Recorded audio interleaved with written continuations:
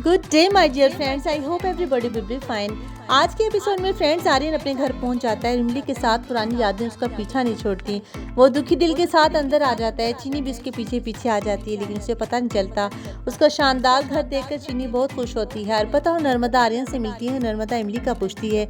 आर्यन को interest show नहीं करता फ्रेंड्स। तो अर्पिता उससे कहती है कि आखिर इतने सालों के बाद तुमने एक दूसरे को देखा होगा, इमली कैसी है? तो आर्यन बताता है कि इमली बिल्कुल ठीक है और मीठी माँ के साथ रह रही है। उनके साथ उनके दूर के रिश्तेदार की एक छोटी सी बच्ची भी रह रही है, जो कि बहुत क्यूट है। इमली पगडंडिया में पगडंडिया उजाला की एडिटर है। ये बात चीनी को खुश कर देती है कि चीनी बहुत क्यूट है, क्योंकि वो छुपकर सारी बातें सुन रही होती है।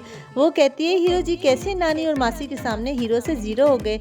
इतने में जग्गू चीनी को देख लेता है फ्रेंड्स। चीनी उसे कहती है, फुटबॉल प्लीज किसी को ना बताना, लेकिन वो सबको बताने के लिए नीचे चला जाता है। कोई उसकी बात नहीं सुनता, क्योंकि हर कोई मसरूफ होता है। यही अर्पिता और नर्मदा को जब आर्यन इतनी आस लगाते हुए देखता है कि इमली वापस आ जाएगी, तो आर्यन उन्हें कहता है कि इतनी उम्मीदें, इतने आसे लगाने की कोई जरूरत नहीं है कि इमली वापस आ जाएगी। नर्मदा की आंखों में फ्रेंड्स आंसू आ जाते हैं। अर्पिता उसे डांटती है, तो आर्यन कहता है कि पार्टनर तो वो होता है जो किसी के बुरे वक्त में उसके साथ हो, और जब मुझ पर बुरा वक्त आया तो मैं अकेला था, इसलिए इमली ना तो मेरी वाइफ है और ना ही मेरी पार्टनर है। वो ये कहते हुए अपने रूम की तरफ चला जाता है और चीनी भी छुपकर उसके कमरे की तरफ चली जाती है। दूसरी तरफ इमली जगह जगह कॉल करती है। वो पगडंडिया उजाला के एडिटर को भी फोन करती है, लेकिन चीनी का कुछ पता नहीं चलता।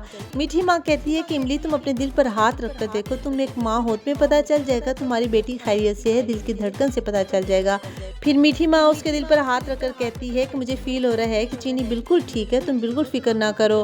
वो उसे तसल्ली देती है कि ठीक है, जब तुम छोटी थी तो तुम अपने दादा के पास चली जाती थी, हो सकता है चीनी भी किसी अपने ऐसे प्यार करने वाले के पास हो। उसका इशारा फ्रेंड्स आर्यन की तरफ होता है। वो उसे इंसिस्ट करती है, वो उसे मजबूर करती है कि देखो इमली, नफरत ज़्यादा अहम नहीं है, चीनी का प्यार ज़्यादा अहम है। तुम आर्यन बाबू को फ़ोन लगाओ, हो सकता है कि तुम्हें तुम्हारे सारे सवालों के जवाब वहीं मिल जाएं। और इमली परेशानी में माँ के चेहरे को तकते हुए आर्यन को कॉल करती है।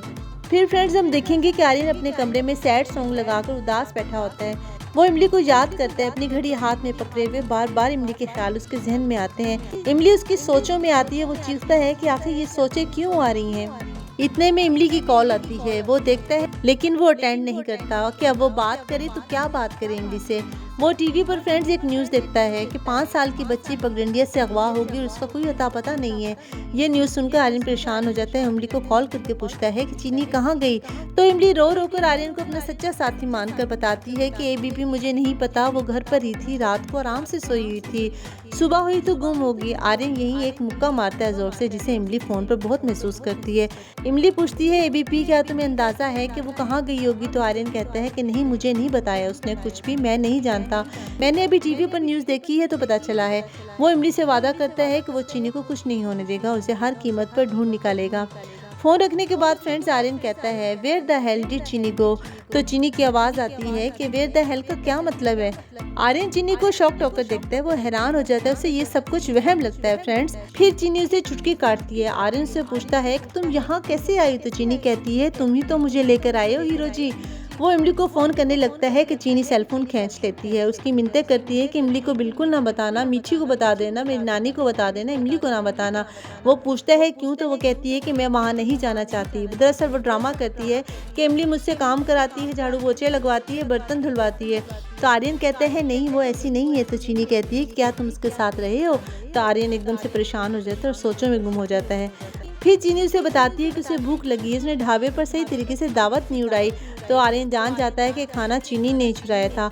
वो चीनी के लिए खाना लेने चला जाता है फ्रेंड्स, लेकिन चीनी को सख्ती से मना कर देता है कि वो बाहर बिल्कुल ना निकले, क्योंकि आर्यन नहीं चाहता कि घर में किसी को मालूम हो कि इमली के घर से कोई यहाँ पर मौजूद है। प्रीकैप में फ्रेंड्स आर्यन और इमली आंखें बंद करते हुए चलते हुए एक दूसरे को फील करते हैं। अब ये सपना है या हकीकत, देखते हैं नेक्स्ट एपिसोड में। I hope you like this update. If you like it then kindly subscribe my channel and hit the bell icon so that you can get more interesting updates like this. Thank you so much. Take good care of yourself. Goodbye.